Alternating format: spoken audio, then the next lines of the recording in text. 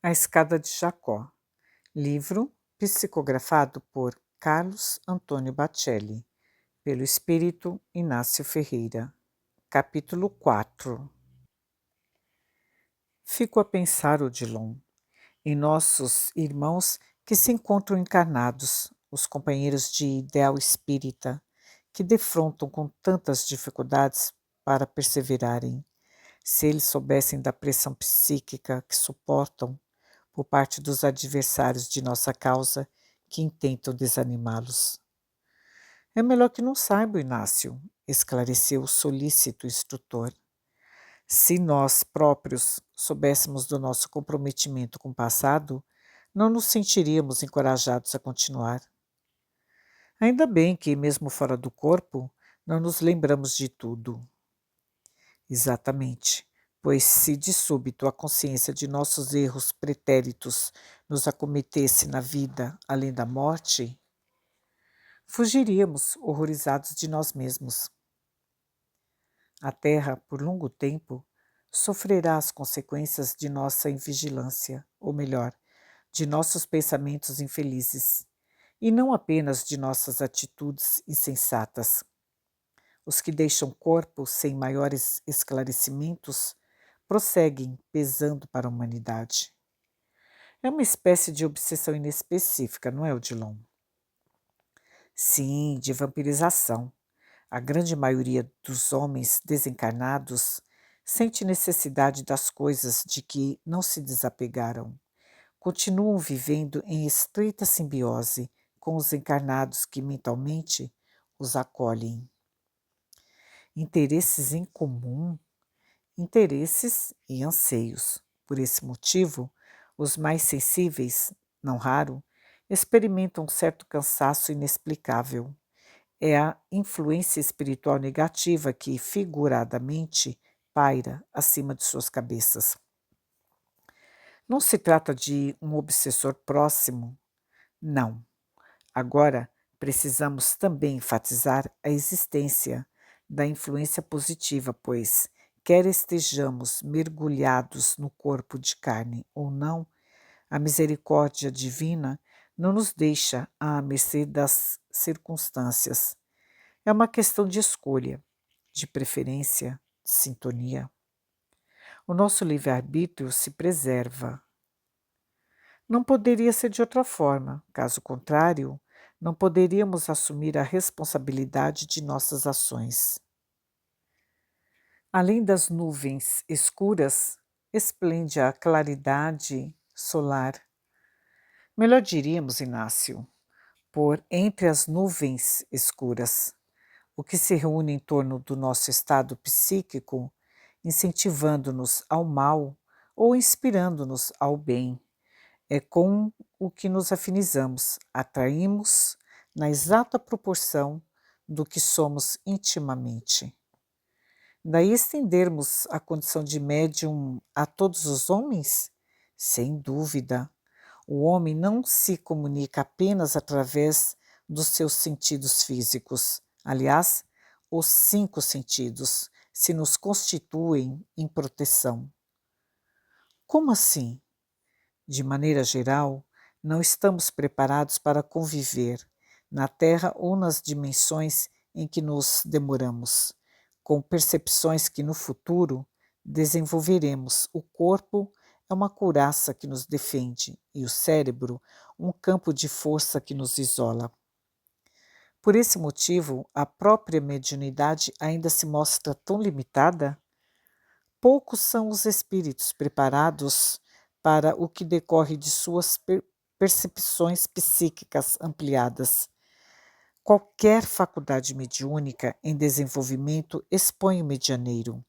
Os grandes sensitivos sofriam com o exacerbar de suas faculdades, ao mesmo tempo em que contactavam com as esferas superiores. Não se eximiam das tentações oriundas das trevas. Muitos passaram entre os homens na condição de criaturas atormentadas.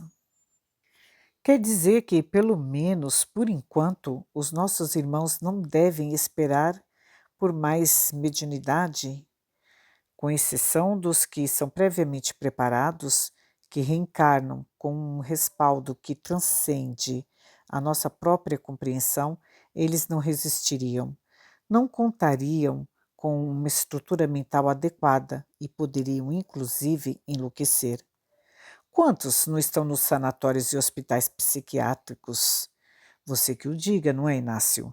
Que tanto tempo lidou com eles e continua lidando. Tenho a impressão de que o karma, quando mais pesado e complexo, provoca o desabrochar da sensibilidade mediúnica. Os obsidiados são médios em potencial.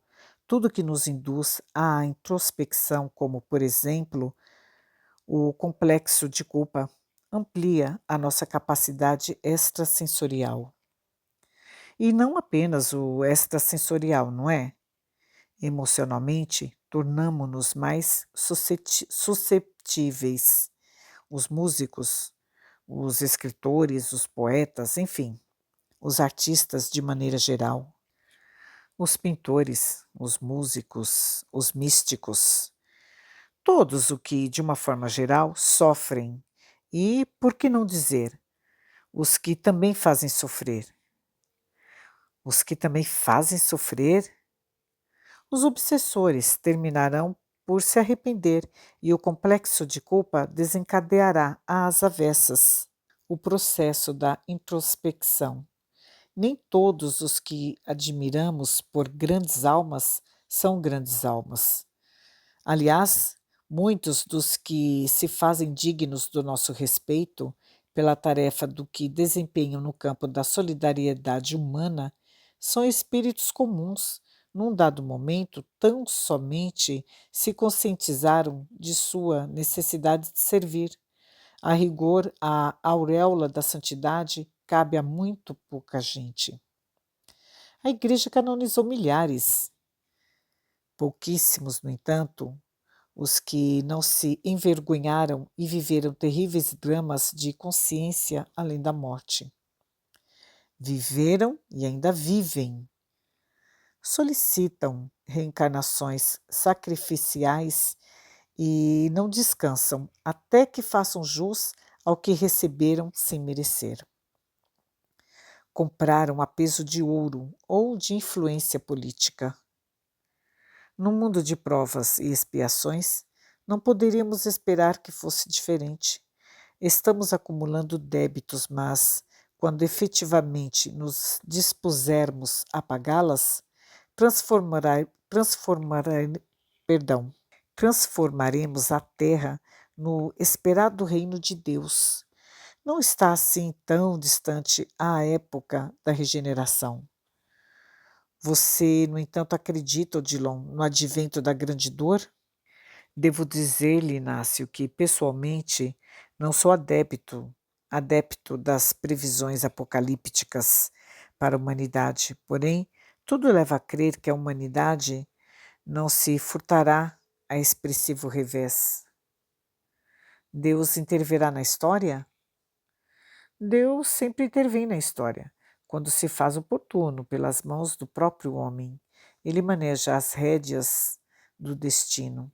Se as leis divinas não intercedessem periodicamente, a civilização já teria desaparecido por completo. E hoje, mais do que nunca, com tantos artefatos bélicos com capacidade de destruir o planeta dezenas de vezes, espero que, através das suas anotações, os nossos irmãos não considerem fanatismo o que vamos dizer. Inteligências perversas não se cansam de lutar contra Jesus Cristo. Os espíritos que não conseguiram se render ao Evangelho tramam insistentemente contra a paz mundial e infiltram os seus agentes encarnados no poder. Como, Inácio, tanta gente beligerante pode estar decidindo o futuro? De fato, dificilmente se vê um líder em nível mundial falando em favor da paz, falando com sinceridade sem ocultar nenhum interesse racial.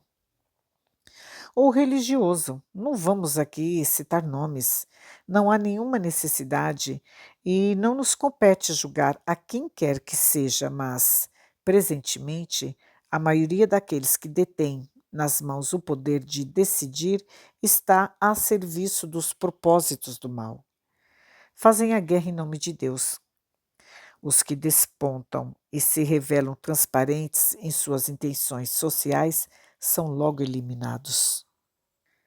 É impressionante como haveremos de vencer tais barreiras ao progresso. Você não vê o que acontece com o Espiritismo? A imprensa leiga faz questão de deturpar a doutrina perante a opinião pública. Sempre lutamos contra isso, não é, Odilon? A Igreja vivia e ainda vive tentando confundir o Espiritismo com determinadas seitas. No seio da própria doutrina, temos espíritos que intentam desfigurá-la. Allan Kardec, orientado pelo Espírito de Verdade, num movimento espiritual sem precedentes, conseguiu unificar o conhecimento, ou seja, estabelecer definitiva aliança entre ciência, filosofia e religião. O aspecto religioso do Espiritismo vem sendo combatido sistematicamente por aqueles mesmos que se dizem espíritas. O problema é que o aspecto moral religioso da doutrina é o que nos concita à renovação. Eis a parte mais difícil de ser espírita: abrir mão de nós mesmos. A América, a Europa e o Oriente estão na iminência de um conflito armado, devido à ausência do Evangelho.